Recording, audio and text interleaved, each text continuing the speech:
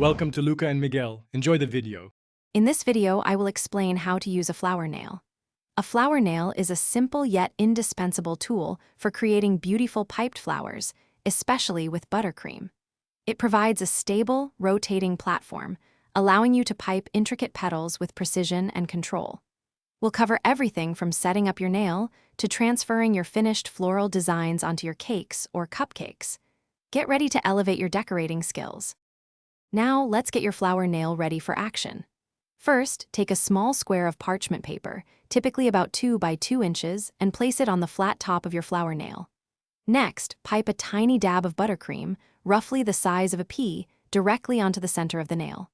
Finally, gently press the parchment square onto that dab of icing, ensuring it's securely attached and centered. This creates a perfect, non-stick surface for your flower. With your nail prepped, it's time to pipe.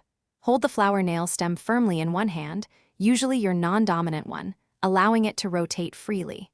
With your dominant hand, pipe your chosen flower's base and center onto the parchment.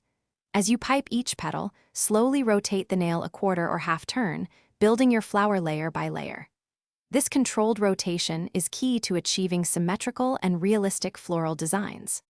Once your beautiful flower is complete, the final step is transferring it without damage. Using a specialized flower lifter or a very thin, small spatula, carefully slide the tool underneath the parchment paper, directly beneath your flower.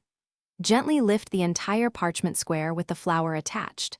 Then, delicately slide the flower off the parchment and onto your cake or cupcake, positioning it perfectly. Practice makes perfect for this delicate maneuver. Thanks for watching and please subscribe. It's the best investment you'll ever make.